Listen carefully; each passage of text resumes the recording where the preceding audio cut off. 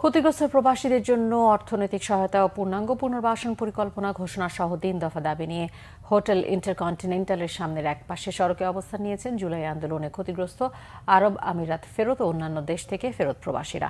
আন্দোলনরতদের ৬ সদস্যের একটি প্রতিনিধি দল প্রধান উপদেষ্টার কার্যালয়ে গেছেন। সকাল ১১টার দিকে প্রধান উপদেষ্টার বাসভবন যমুনায় যাওয়ার সময় রাজধানীর ইন্টারকন্টিনেন্টাল হোটেলের সামনে তাদের আটকে দেয় পুলিশ। আন্দোলনকারীরা জানান, দীর্ঘদিন ধরে প্রবাসীরা ন্যায্য অধিকার প্রতিষ্ঠায় আন্দোলন করে আসছে। অন্তর্বর্তী সরকারকে ৪৮ ঘণ্টার আলটিমেটাম দেওয়া হলেও কার্যকরী পদক্ষেপ নেওয়া হয়নি।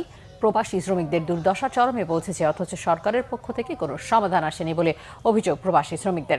দাবি আদায় না হলে সারা বিশ্বে রেমিটেন্স শাটডাউনের ঘোষণা দেওয়ার হুঁশিয়ারি আন্দোলনরত প্রবাসী শ্রমিকদের। আমরা যারা রাষ্ট্রদ্রোহ মামলায় আসামি হয়ে জেল খেটে দেশে ফেরত এসেছি তাদের পুনর্বাসন করা।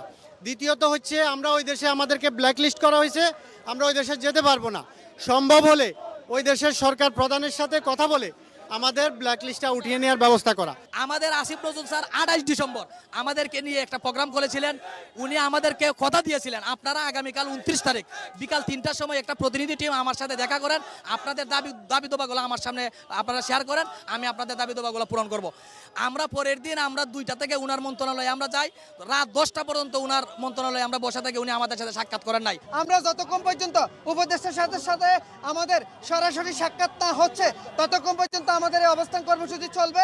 আদায় না হয় দাবিগুলো, তাহলে আমরা আবার রেমিটেন্স শাটডাউনের ডাক দিব।